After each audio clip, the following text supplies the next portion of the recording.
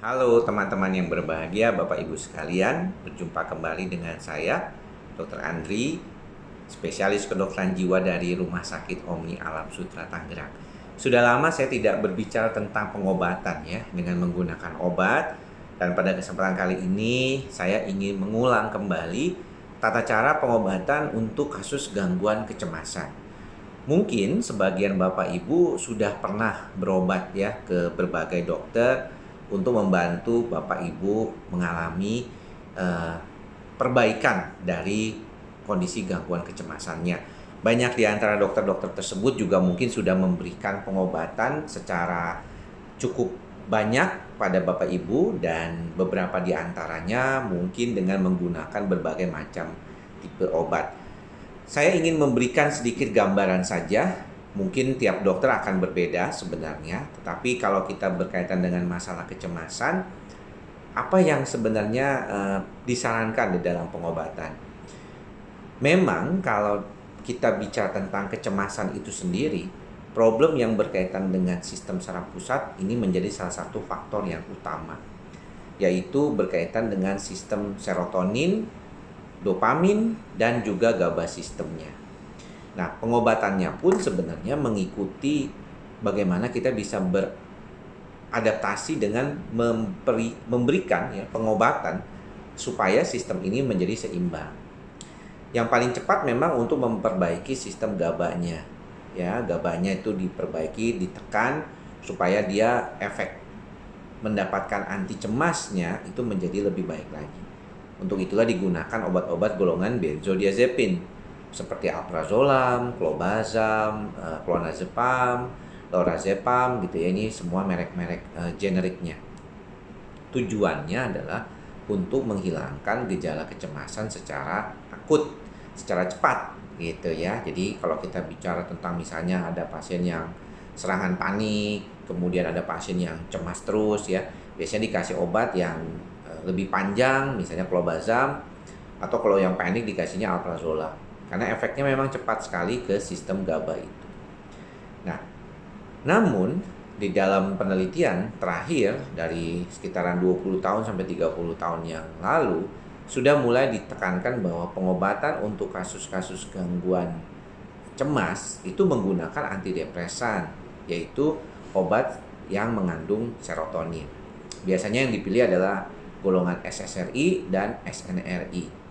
Nah, SSRI ini banyak banget ya, ada sertralin, fluoxetine, escitalopram, fluvoxamine ya, fluoxetine juga gitu ya.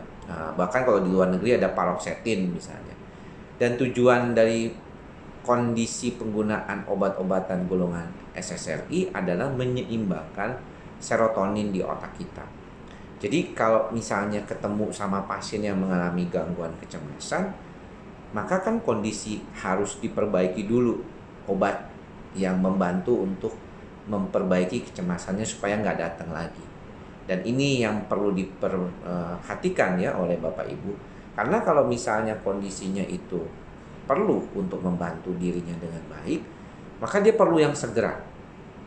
Jadi dikasih benzodiazepin. Tidak salah kan dokter memberikan itu. Nah, namun kita tahu kalau cuma diberikan benzodiazepin, si pasien ini tidak terlalu baik kalau ke depannya, karena serotonin sistemnya belum terkendali dengan baik. Yang kita tahu bahwa orang cemas itu kan karena akumulasi dari stres yang berkepanjangan.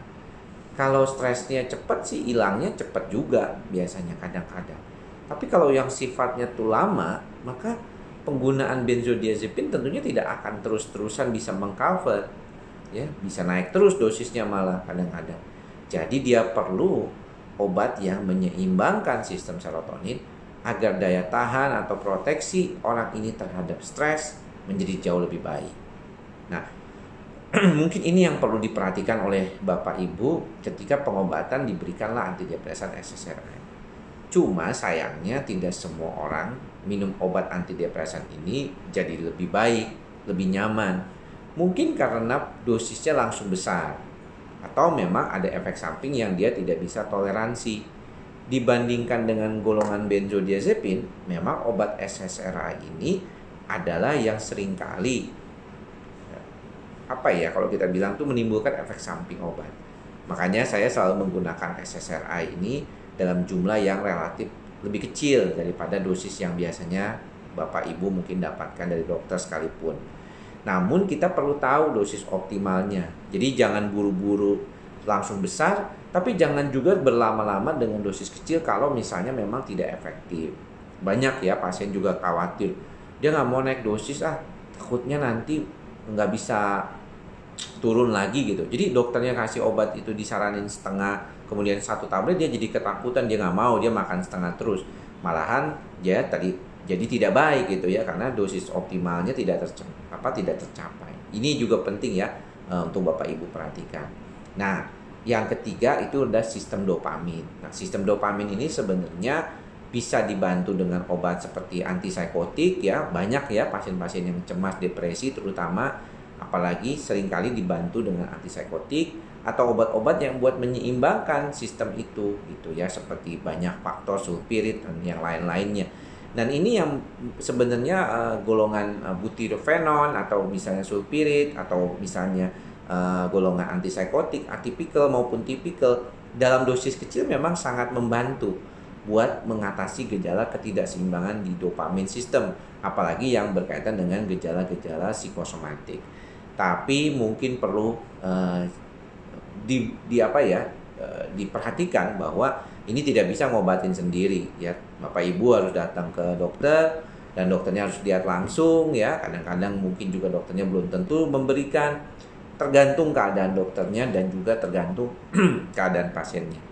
Pengalaman saya memang selama lebih dari 12 tahun ini menangani kasus gangguan psikosomatik, gangguan cemas. Memang penggunaan obat seperti golongan dopamin sistem yang berkaitan dengan bagaimana menyeimbangkan dopamin bisa bermanfaat.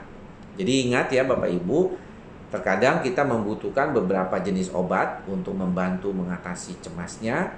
Tetapi jangan lupa bahwa obat cemas ini atau obat antidepresan dan obat yang berkaitan dengan dopamin ini tidak selalu dalam jumlah yang terus-terusan sama dalam proses pengobatan. Terkadang kita bisa menemukan banyak kasus bisa menurun ya pengobatan ini dengan dosis yang lebih kurang lagi. Dan ini yang tiap orang bisa berbeda.